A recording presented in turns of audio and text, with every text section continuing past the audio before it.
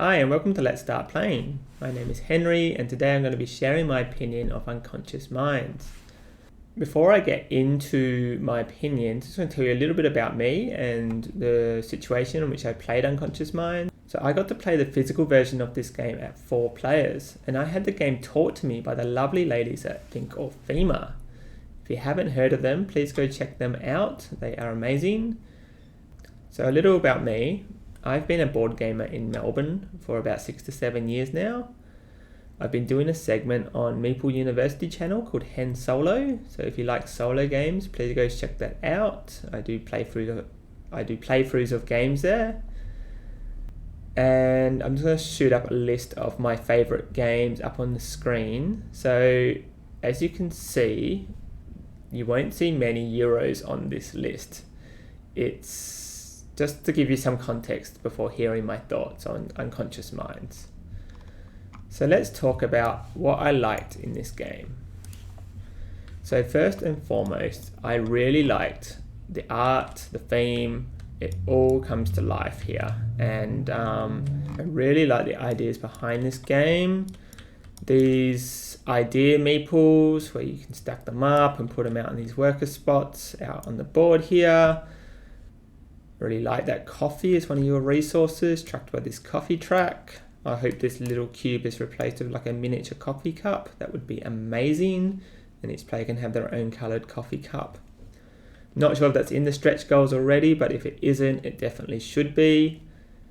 This insight dial here with the resources that are just super easy to track what you've got and how many resources, and there's no reaching over the table and grabbing resources from each other. That helps speeds up the game. I do have a little issue with this track which I'll go into later though.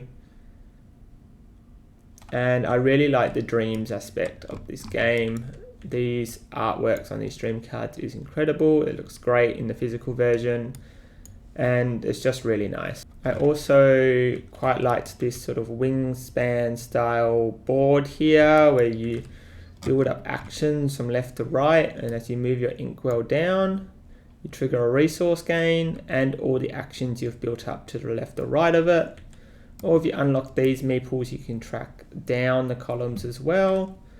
This I felt isn't coming into the game that much because it's a lot of actions to first unlock all these slots.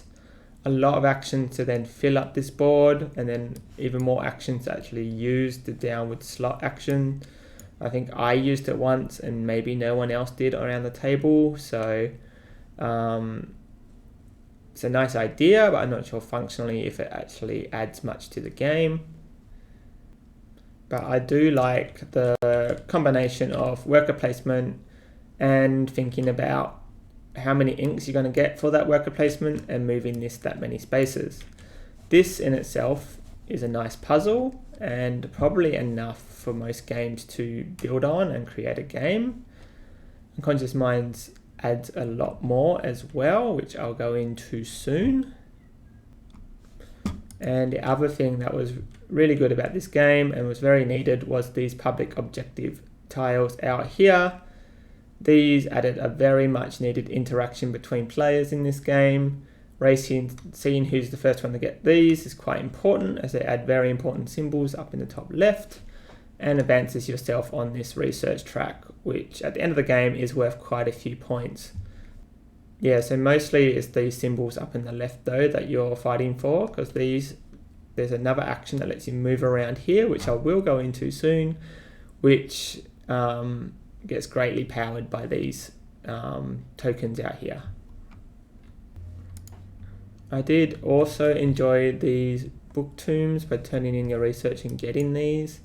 The thing I liked about them was that you could cite each other's work and it added some positive interaction between players. Makes you look up and look at each other's board to see what you had on their books.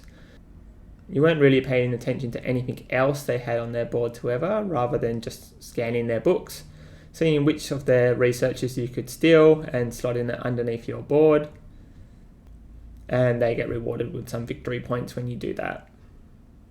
And I quite like the style of game like this one where it's kind of free flowing with workers coming out, being placed on the board and coming back into your supply without any fixed rounds. So there's no sort of upkeep between rounds or anything like that you have to worry about. The game keeps flowing in that regards. Players will suffer from some AP, which will slow down the game greatly, but the actual workflow system with the workers coming off, and when you bring them back to your supply, you're able to interact over here. Gives you a slightly different bonus, but still enough to keep your turn interesting when you bring your workers back. That was quite good. Now let's go into a little bit of what I didn't like about Unconscious Minds. And first and foremost, it's the lack of player interaction in the game. It did feel like multiplayer solitaire for most of the time. I feel like my turns were maybe affected once or twice throughout the entire game, where I couldn't maybe get one worker slot that I wanted, or someone had taken a public objective before I could and I was paying attention to that. And the only other time was someone had moved Freud around this board here, and I was also planning to move Freud around that board there just before they took their turn, which obviously led to me taking a long time on my turn. The only really thing that's making you interact with each other are these public objectives here. There's too many worker placement slots out here for it to be really a tight Euro with other players blocking your slots or anything like that. And you've got so much to think about on your turn with how many workers you're going to place on what slot. How many inkwells do you want to move? Which track here do you want to move? How many resources do you have? How many resources can you gain on your turn? Otherwise you might go over how many resources you can have in total on this board. What resources do your patients need to heal? Let's get some patients over here.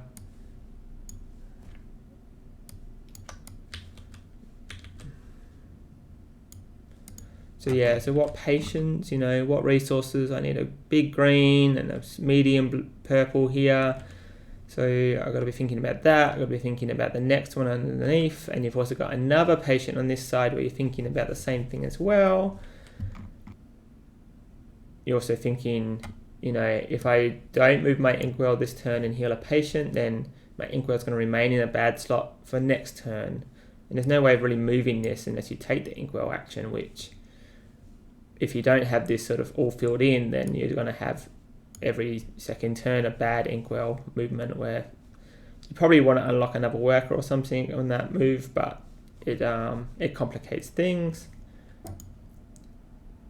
And there's a lot for you to be thinking about on your turn, and you will spend most of the time thinking about your upcoming turn while everyone else takes their turn, unless it's really, really obvious, in which case you're going to be waiting a while because other players' turns aren't particularly quick, and if you know exactly what you're doing, your turn's going to be over quite quickly and you're going to be waiting a long time again. Another thing I didn't like about this game were these two action slots here and here. And this is you moving around this city here with your Meeple and performing the various actions on the left here. This offered some strategy to the game, which I think is important. So when you're collecting out these cards, they'll have symbols on it. When you heal patients, they'll have symbols on it. And when you get these books, they'll also have these symbols on it. And these symbols power how strong these actions are where you move your Meeple. Now, if you're trying to work out your best move coming up for the turn, you're going to be thinking about, where is my Meeple? How many of each of these symbols do I have? Where is Freud? Is he here? Can I move my Meeple to where he is and power that action, and then move one spot and then power that action with this one? Or if Freud's here, you're thinking, if he moves here, here, and here on his turn, do I need 4 upgrades, 2 coffees, and 2 of these resources on this turn? And you'll spend a long time plotting this out. And this is somewhat manageable, but then when you add in, also how far am I moving my inkwell, how many resources am I going to get from here as well, and will this fill out this, and will that give me the resources required for this? It starts to become a bit of an overload, and you'll suffer from some AP with these two actions. And I just felt like these slowed down the game. I think me and maybe one other player actually took these actions during the game. The other players just opted to ignore them because it was just too much in the too hard basket to think about all of this. How many symbols you have, where people are on this board. It's a lot. And I just don't think this whole element of the game is needed as much as the puzzle between placing out workers here and moving your inkwell around, and the rest of the puzzle is enough. So adding these two actions in and you trying to optimize these actions between rounds can really bring the game, slow the game down, and it was too much for me to take in, even though I did win the game. So I think these actions are definitely good. If you choose to ignore them, I think you're at a disadvantage. Now, another thing I didn't particularly like, and probably the main drawback from this game for me, is once I'd finished playing it, I had a good time. Everyone at the table had a good time. We all enjoyed our time playing Unconscious Minds. However, for myself, I wasn't excited to play this game again. And I think the reason why that is your strategies are a little bit one-dimensional. You've got two ways to gain victory points really in this game. These tokens don't really add a way of scoring points for you here. So as much as they're nice for gaining the resources you require, they're not really a strategy in itself for you to win the game. Your main way, two ways to gain victory points in Unconscious Minds is to heal patients and to create these tomes out on the board here. And you've also got some patients which will offer new endgame scorings, which can offer some strategy, but they're not hugely varied on those two things. They sort of encourage it just to get more symbols of certain types and have resources at the end of the game. These are things you're going to be doing anyway. They're not strategies in themselves. The one I had when I played was to have lots of these research cards not in books, which I did for most of the game, but then on my final turn I decided to make a really big tome because the victory point conversion was just better, and it was the best way for me to get victory points on that last turn. So I kind of just ignored what my patient offered me to do in victory points anyway, because it was just better for me to get the victory points from the tome. And these two ways of gaining victory points, so these books and these healing patients, is fine. Like, they're fun, interesting ways of gaining victory points. It doesn't offer a lot of variety, and if I was to sit down and play this game again next time, I feel like I'd be going through the same motions. I've got no new strategy, new idea for me to take on and try and beat this game with. So that's something that's just a big turn off for me with games. If I look at it on my shelf and I'm not excited to play it again, or I can't think, I remember when I finished that game, I wished I had done this, next time I wanted to do this, I wanted to try this strategy, that's what draws me in, and that's what keeps me maybe out of the Eurogamer loop as much as the war games and stuff, because I can often see they often have asymmetric factions, they can offer new strategies to the game, you think about things that you've done a bit more. With this game, I just don't think you're going to have any regrets about things that you did.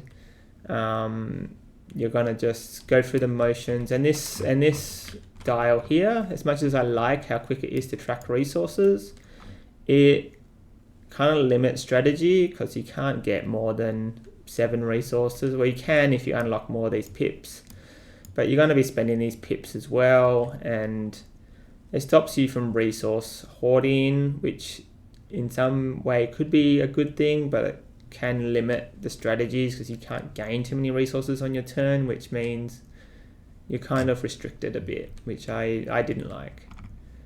And yeah, that's really my biggest gripe with the game. I think this track here is a little bit unnecessarily complicated with you gain where Freud is on the track, no matter where you are. It's a little bit visually confusing out here. I didn't mind the end of round bonus where you get these and score these tracks up here and get some extra hearts. I found this actually quite interesting. I thought that was quite a neat touch.